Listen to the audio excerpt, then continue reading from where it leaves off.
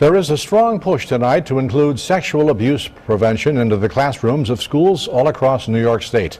Good evening, everyone. I'm Rod Wood. And I'm Carrie Lazarus. Erin Merryn's law has already been passed by 2 states, and it's being introduced into the New York State Senate. It would provide age-appropriate curriculum for abuse prevention and training for school personnel. Our Jeff Kulikowski spoke with the woman the law is named after about her tireless work in support of it.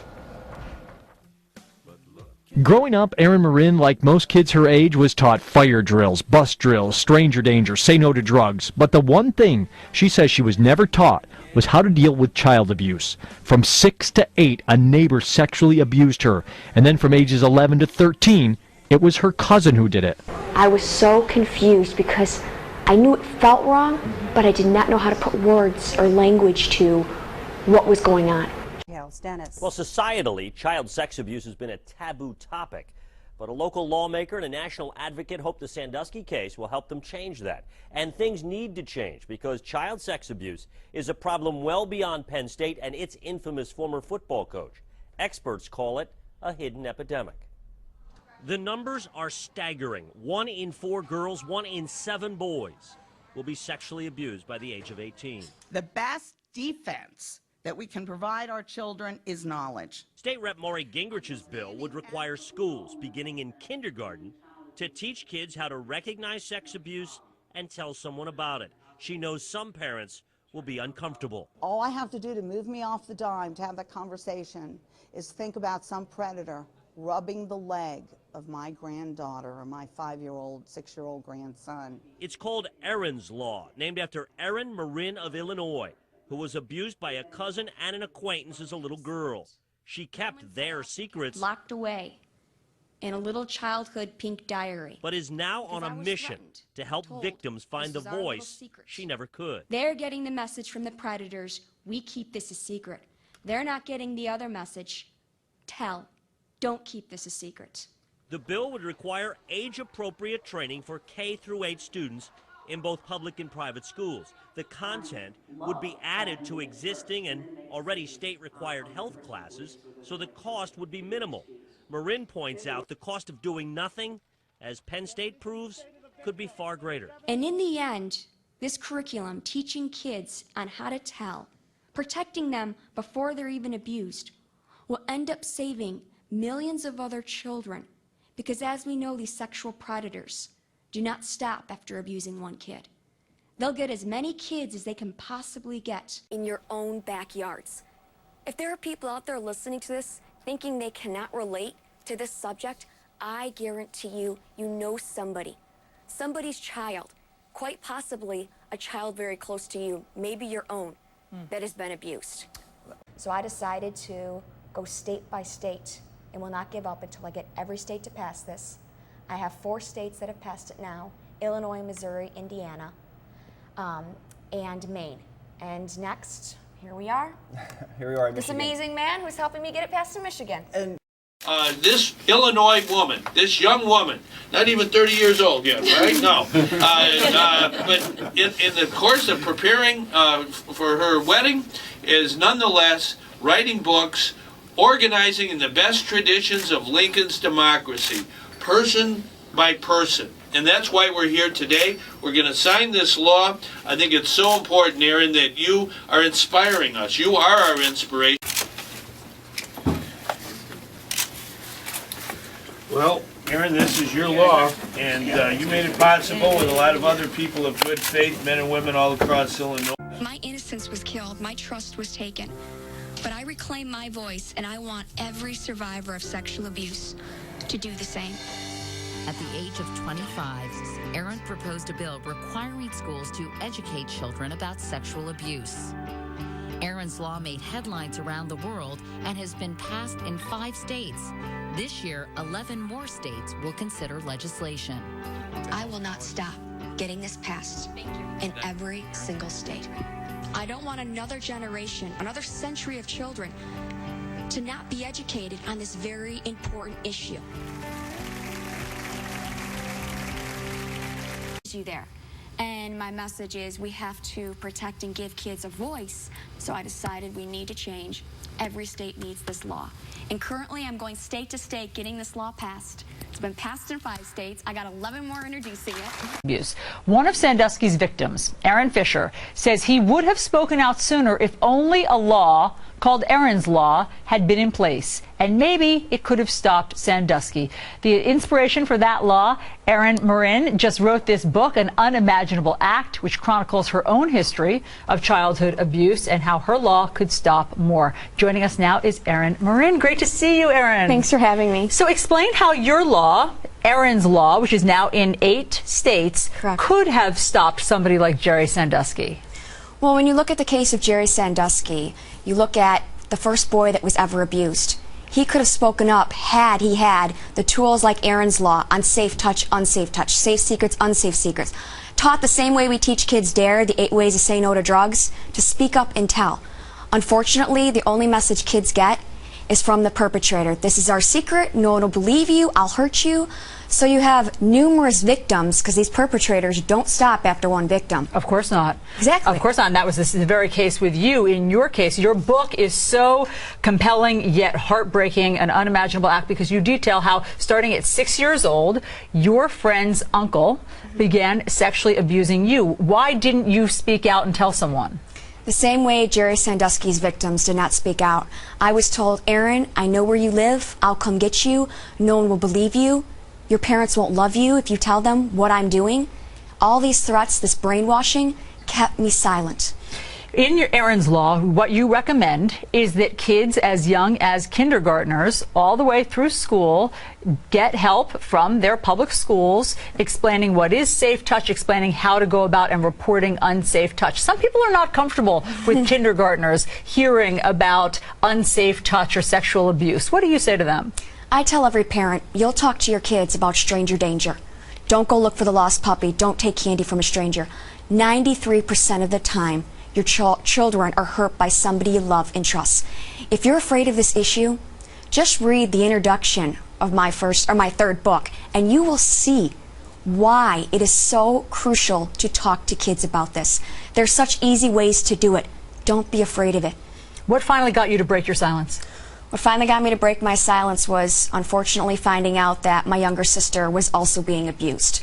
And like these perpetrators, they don't stop after one victim. They will abuse as many kids as they possibly can.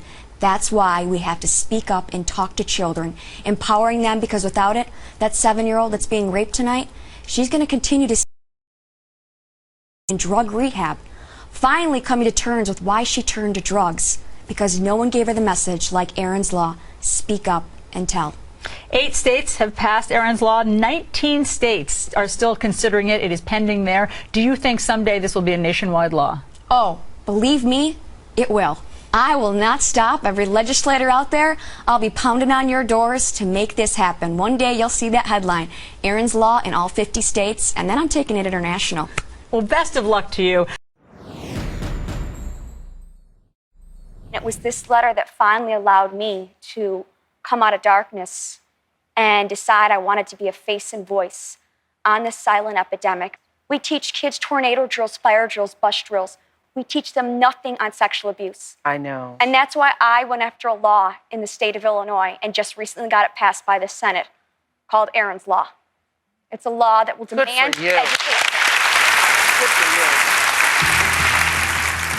Today, 3 years later, Erin's Law isn't just in the state of Illinois. It's been passed in 7 other states. But Erin's dream is that one day it will become a national law. She sent us this update from her home near Chicago. Today, here we are 3 years later, and I've gotten Erin's Law passed in 8 states, and currently it's being introduced in 19 more. The law could have saved me as a child, and it's the reason why I'm so passionate about it. Erin's Law requires age-appropriate sexual abuse curriculum, preschool through 12th grade, teaching kids safe touch, unsafe touch, informing kids on how to speak up and tell if you're being sexually abused. Don't keep this a secret. I didn't realize that this was going to involve standing on Carnegie Hall in front of 3,000 people accepting an award. So literally I'm shaking President Obama's hand and I said, President Obama, my name is Erin. I've gotten a law passed that requires sexual abuse prevention in schools. And my mission is all 50 states. This is not the last time you and I are gonna meet. And he goes, that's the attitude to have.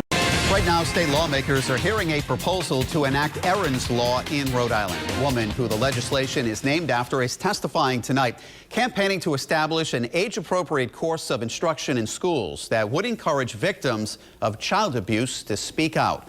From the Providence Global Newsroom, Eyewitness News reporter Jared Pliner is live in the capital city. Mike, Erin Merryn is an inspiring, resilient woman who has crisscrossed this country, pushing state legislatures to act, and she is a woman who knows the pain of abuse and the desire to remain silent all too well. The Rhode Island General Assembly, her latest stop. Erin Merryn was just 6 years old when she was brutally raped by an adult neighbor, only to be abused again by a family member at the age of 11. She's now 28 and expecting her first child. Merryn has spent the last 4 years pushing Erin's Law, which seeks to establish age-appropriate curriculum in grades K through 8, encouraging children to report incidents of trauma to a responsible adult. The secret's not going to go away. It's just going to continue to fester inside of you. The best thing you can do in your life is break your silence and reclaim your voice. It's the one thing that you can take back. The Rhode Island General Assembly has adopted Erin's Law. The legislation establishes an age-appropriate course of instruction in schools that would encourage victims of child abuse to speak out. It's already a law in 12 states. It's named for Erin Merryn of Illinois, who was sexually abused for years, beginning at the age of 6. She testified at the State House earlier this year. Signed Erin's Law. Soon, every school in the state will be required to teach children what sexual abuse is and how to report it. WYFF News 4's Angela Rodriguez joins us now with the latest. And Angela, you interviewed the woman behind the law? We were able to FaceTime with her today, and her goal is for all 50 states to pass Erin's Law. And with the governor's signature yesterday, South Carolina became the 18th state to do so. Erin Merryn is no longer a victim. She is a woman on a mission. And like I said, 90% of these folks and young kids who are abused know their predator. As I tell parents, your kids are safer talking to the stranger at the bus stop than they often are at the neighbor's house, with the babysitter, with the coach, or unfortunately, like in my case, at Christmas with the family. Wow. How did you find happiness? You just spoke about your new baby girl, Abigail, who's 9 weeks old or 12 weeks old? 12 weeks old now. 12 weeks old. There you are. You're a new mommy. Congratulations. How were you able to find happiness? How were you able to trust men to even get into a relationship? It took finding, because that was my biggest obstacle in life. It was easier for me to forgive than trust a man. And it was finding that man that had a good, strong Christian faith, the same as me, to be able to realize that this is somebody I can trust. This is somebody that's not going to hurt me or betray me. And him, along with my daughter, has been the best thing that has ever happened in my life. Right, right. And you have this great book out, The Unimaginable Act, and of course, Erin's Law. Tell folks what Erin's Law is, because you are on a one-woman mission to get it a nationwide pass. So I resigned from my job 4 years ago, master's level position as a counselor, to pursue Erin's Law. And I got it passed here in Illinois. Governor Quinn signed it in January of 2013. And I've made it my mission to get it passed in all 50 states. I'm traveling capital to capital, testifying to lawmakers to pass this law that requires age-appropriate sexual abuse curriculum taught to kids preschool to 12th grade on personal body safety. You don't keep this a secret, how to report it. And like I said, 19 states have passed it, 18 more are pending, and my mission is all 50 states. I tell these legislators, I'm not going away. I'm here tonight to introduce a young woman who is giving kids that kind of know-how so they won't have to go through what she did. Erin Merryn is an outspoken survivor of childhood sexual abuse who says that nothing will stop her from protecting our children. As a mother, I'm so grateful, and as a woman, I'm so impressed. Please. Ladies and gentlemen, I'm proud to present Erin Merryn, Glamour Woman of the Year.